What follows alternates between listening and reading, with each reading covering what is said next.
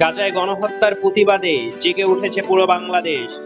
Israeli আগ্রাসনের ধ্বংসস্তূপে পরিণত হয়েছে গাজা। খাদ্য, চিকিৎসা সহ সব পরিষেবা বন্ধ করে দিয়ে ফিলিস্তিনিদের উপর নৃশংসতম গণহত্যা চালিয়ে যাচ্ছে ইসরায়েল। পৃথিবীর দেশে দেশে মানবিক মানুষরা সেই গণহত্যার বিরুদ্ধে প্রতিবাদ অব্যাহত রেখেছেন। এবার এই গণহত্যার বিরুদ্ধে ঐক্যবদ্ধভাবে সরব হয়েছেন বাংলাদেশের মানুষরাও।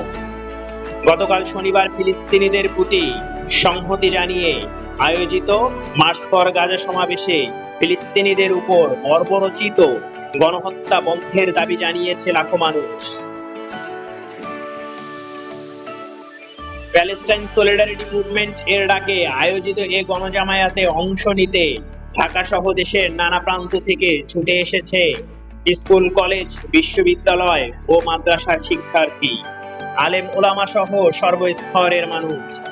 গতকাল সকাল থেকে ট্রেনের ছাদে, বাসে, ট্রাকে ঢাকায় প্রবেশ করতে থাকেন হাজার হাজার মানুষ।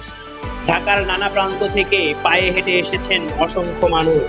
খণ্ড খণ্ড মিছিল রাজধানীর সরোয়ার্দী উদ্যানে জামায়াত হয়ে জনসমুদ্র তৈরি করে।